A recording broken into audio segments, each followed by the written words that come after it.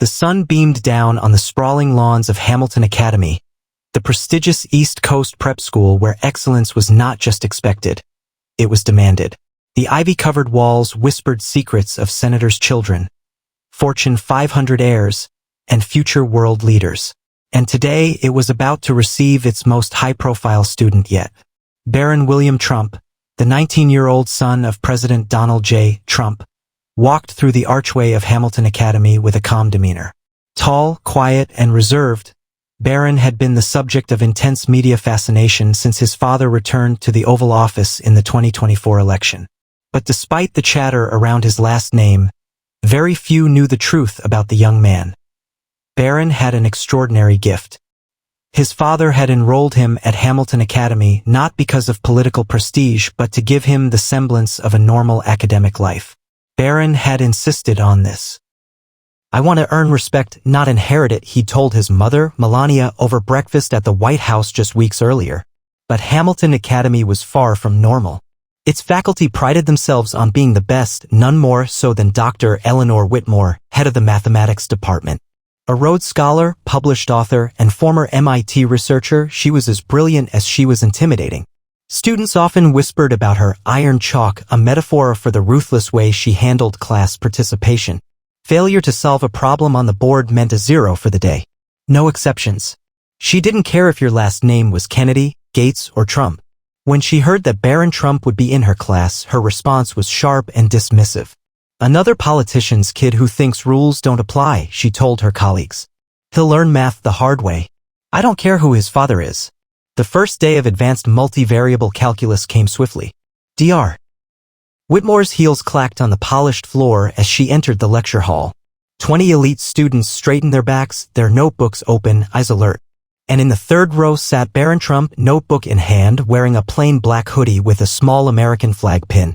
Without introduction, Dr. Whitmore launched into her lecture, double integrals, Jacobians, and coordinate transformations.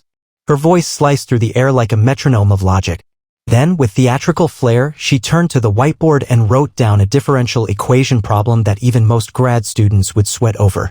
She turned to the class, arms crossed. "Who will attempt this first?"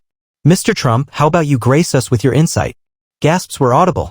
Students turned to Barron, some stifling laughter, others wide-eyed with pity. It was Whitmore's power move calling out the celebrity newcomer on day one. Barron slowly stood up. For a brief moment, Whitmore saw something unusual in his eyes. It wasn't arrogance. It was calm, like someone who had walked into a familiar room. "Sure," he said softly, walking up to the board. Whitmore smirked and leaned against her desk, arms crossed, already drafting the mental critique she'd share in the faculty lounge. "Watch this poor kid crumble," she thought. But then something strange happened. Barron picked up the marker, stared at the equation for only 5 seconds, and began writing. First, he corrected a mistake in the way the equation had been structured. Then, methodically, he began solving the problem, transforming the variables, calculating the limits, simplifying integrals like he was reading a children's story. His handwriting was neat, his thought process tight. No hesitation. No second-guessing. By the time he stepped away from the board, the solution sprawled across 4 lines, as elegant as it was complete. Silence fell. Dr. Whitmore slowly stood up, stunned. She reviewed the solution, blinked twice, and looked at Barron. Who taught you this technique?" she asked, almost whispering. Barron shrugged. "Nobody. I figured it out last year when I was working on some tensor field projections during Christmas break." The class was frozen. Some jaws were visibly dropped. Dr. Whitmore stared at him, unsure whether to feel humiliated, impressed, or terrified. "Tensor field projections? During Christmas?" "Yes, it helps me clear my mind," Barron replied, then calmly returned to his seat.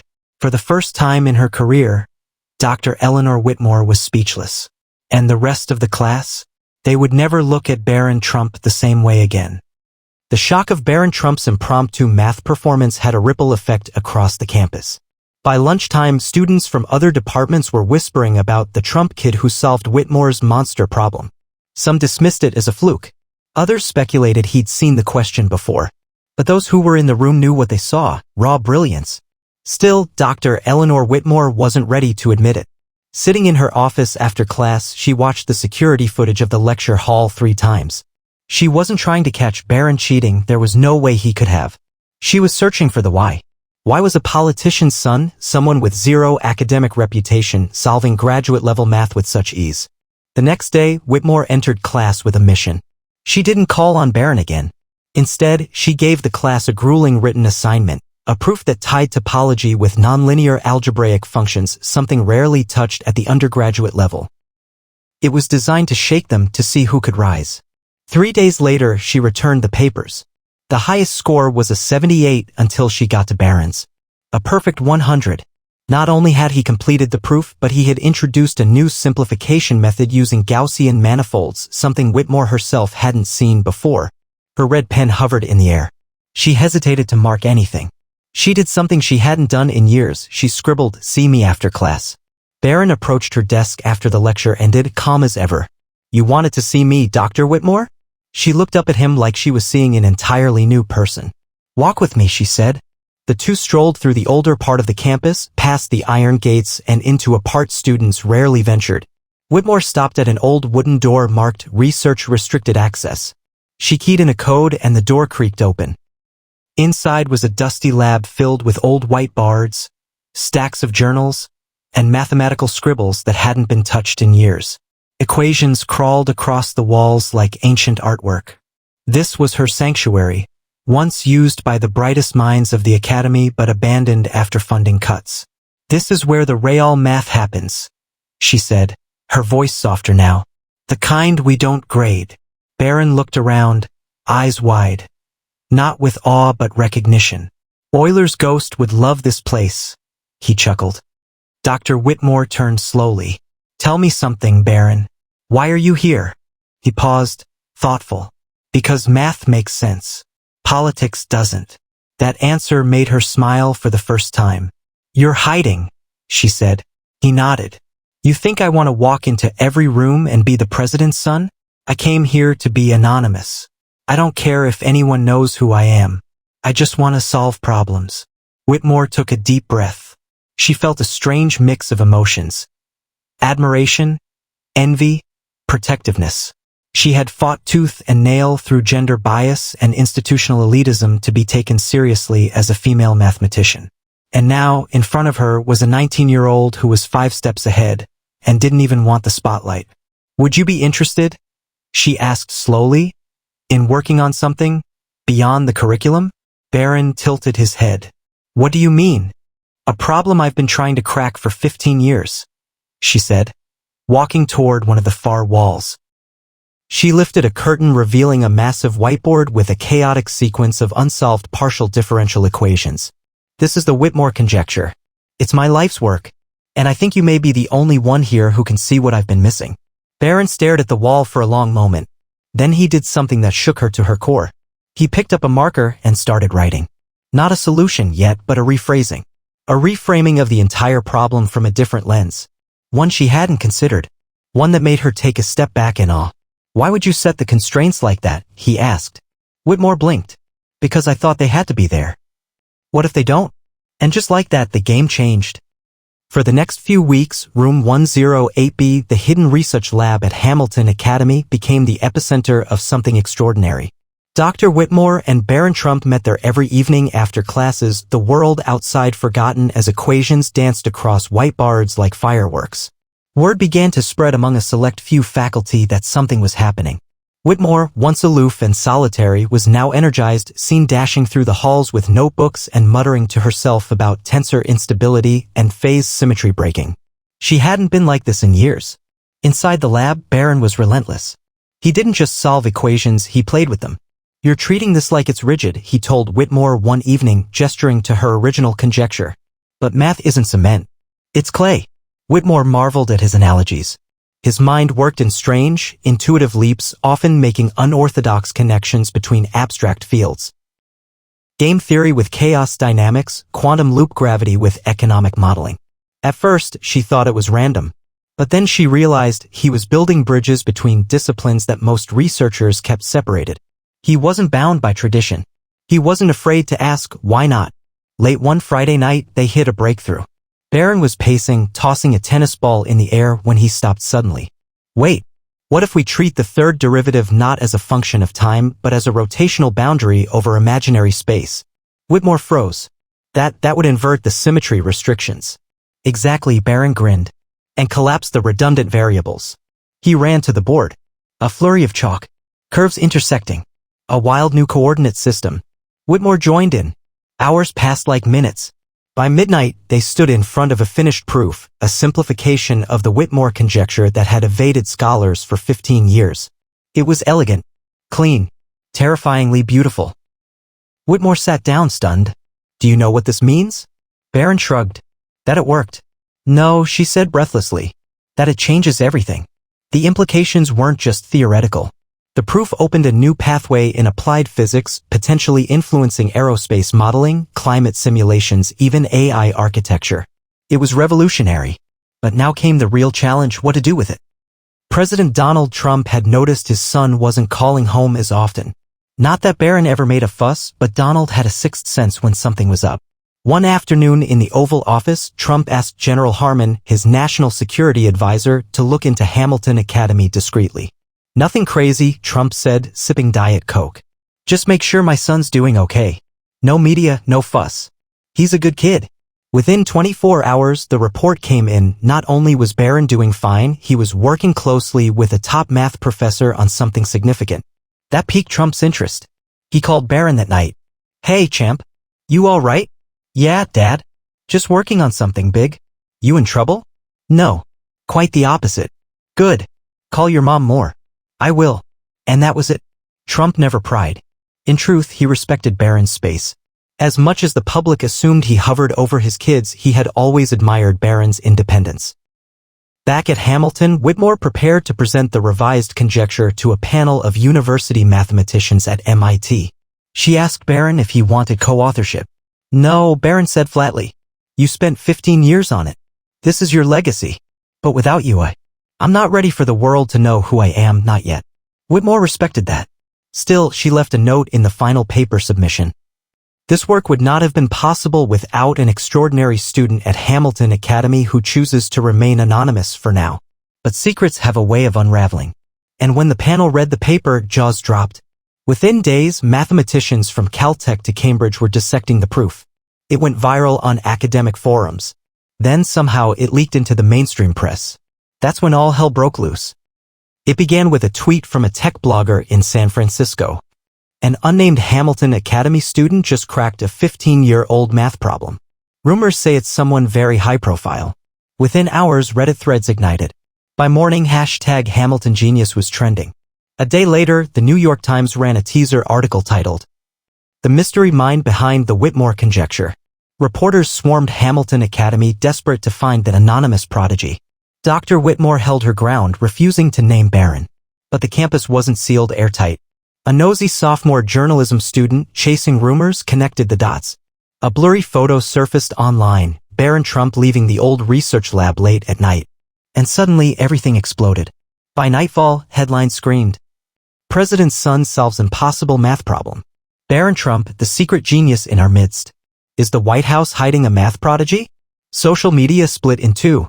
Some were amazed. Others doubted it entirely. "Come on," one popular YouTuber posted. "This is just PR spin for the Trump family. No way he actually solved it." But the academic world told a different story. MIT professors validated the solution. Harvard mathematicians endorsed the findings. Even the legendary Indian math savant Dr. Rao tweeted, "Whoever this young mind is, they just altered modern applied mathematics. This is real." When the truth became undeniable, Barron was reluctantly thrust into the limelight. The press conference. President Trump, upon learning that his son's name was being dragged through every media cycle, decided to take control. He called a press conference at the White House. "This isn't about politics," he said firmly at the podium. "This is about brilliance. This is about my son, Barron." The room went silent. Barron stepped out, flanked by Secret Service. Gone was the quiet kid in a hoodie. Now he stood in front of the world. Calm, composed, and clearly overwhelmed by the attention. He didn't speak with bravado. He wasn't arrogant. He simply told the truth. "I didn't want this attention. I still don't. But math has always been my escape. And I never expected this to happen. I just wanted to solve a problem that Dr. Whitmore cared about. The crowd of journalists was stunned. A Fox reporter asked, "Did your father help you in any way with this?" Barron smiled slightly. "No, but he taught me how to stay focused when everyone else is shouting." That one line softened hearts, even among skeptics. CNN aired the full press conference, calling it surprisingly humble and historic. Twitter was flooded with comments like, "Forget politics. This kid is legit." Barron Trump just earned a standing ovation from MIT professors. Let that sink in. Imagine hiding a supercomputer in plain sight for 19 years. Back at Hamilton Academy, Dr. Whitmore watched it all unfold from her office. Her inbox was exploding with offers from CERN, NASA, Google DeepMind. But what touched her the most wasn't the glory. It was the moment Barron mentioned her name at the press conference. Dr. Eleanor Whitmore didn't just challenge me. She changed my life. She saw what others didn't. She gave me the space to become who I really am. She wept. The cold, elite academic titan who once dismissed him as a political charity case was now one of his fiercest defenders. Then came the call. 3 days later, Barron got a private call from Elon Musk. "Heard you like solving hard problems. I've got a few. Ever consider working on Mars trajectory optimization?" Then came another, this time from DARPA. Then MIT's Black Hole Initiative. Even Stephen Wolfram, the famed physicist and creator of Wolfram Alpha, sent a personal invitation to collaborate. But Barron didn't rush. He stayed at Hamilton. He kept working in the lab with Dr. Whitmore. He even began tutoring kids who struggled in freshman math. He told his father, "I don't want to be a symbol. I want to be a student." Despite being thrust into the global spotlight, Barron Trump did something no one expected. He turned it all down. Offers from Ivy League universities. Interviews with global news anchors. Billion-dollar tech startups begging him to consult. He rejected all of them politely. "I'm not ready to be someone else's brand," he told Dr. Whitmore. Instead, Barron asked for quiet time to study, to explore, and to teach. Whitmore, stunned by his humility, made sure he got just that. A different kind of genius. Barron spent the following months creating an open-source learning platform with Dr. Whitmore's help. It wasn't about elite equations or advanced theorems. It was built for every kid who hated math. The site, Numina, used storytelling, animation, and real-world puzzles to teach kids how to see math like Barron did, as art, movement, and language. His motto for the platform? Not everyone's a genius, but everyone deserves to love learning. It was simple, but revolutionary. Within 6 weeks of its soft launch, Numina had 500,000 users across public schools, homeschooling networks, and underserved districts. Teachers hailed it as the first math tool that doesn't feel like punishment. Kids started calling it Netflix for nerds. Unexpected allies. At a major education tech conference in Austin, Michelle Obama surprised everyone by praising the platform without even knowing Barron was behind it. There's a student-driven project online right now designed to make math joyful again. Whoever you are out there, keep going. You're changing lives. When Michelle learned the founder was Barron, she personally sent him a letter. "We may come from different political backgrounds, but education transcends all of that. You are proof of what can happen when we nurture curiosity, not crush it." Even former President Barack Obama shared the platform on social media, writing, "Brilliance knows no party lines. Well done, Barron. A moment with Dad." One quiet Sunday afternoon, Barron sat with his father on the Truman balcony looking out over the South Lawn. "So," Trump said, holding his son's gaze, "you gonna run for president next?" Barron chuckled. "God, no." Donald laughed harder than he had in weeks. "That's the smartest thing I've heard all day." Barron turned serious. "I want to help people think differently, not lead them." "Not yet. Maybe never." Trump nodded. "You know, most people expect their kids to follow in their footsteps. I just want you to make your own."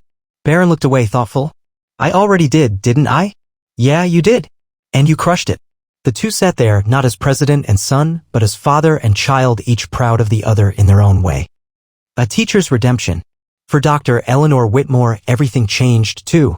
She became the most sought-after educator in the country, not for her past accolades, but because of what she had nearly overlooked.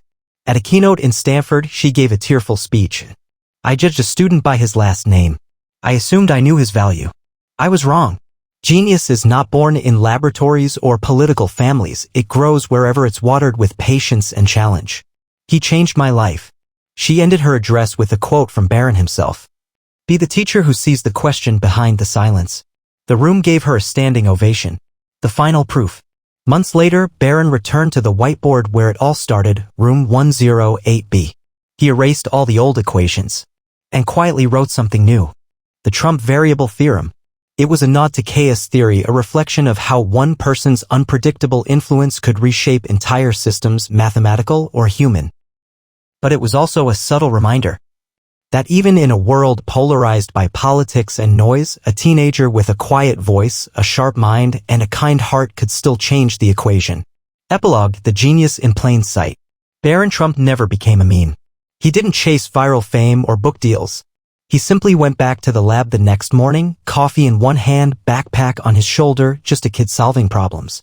But across America and slowly across the world, students who once feared math began to say, if Barron can love it, maybe I can too. And somewhere deep down, the world began to see that the greatest kind of genius is the one that teaches others how to see.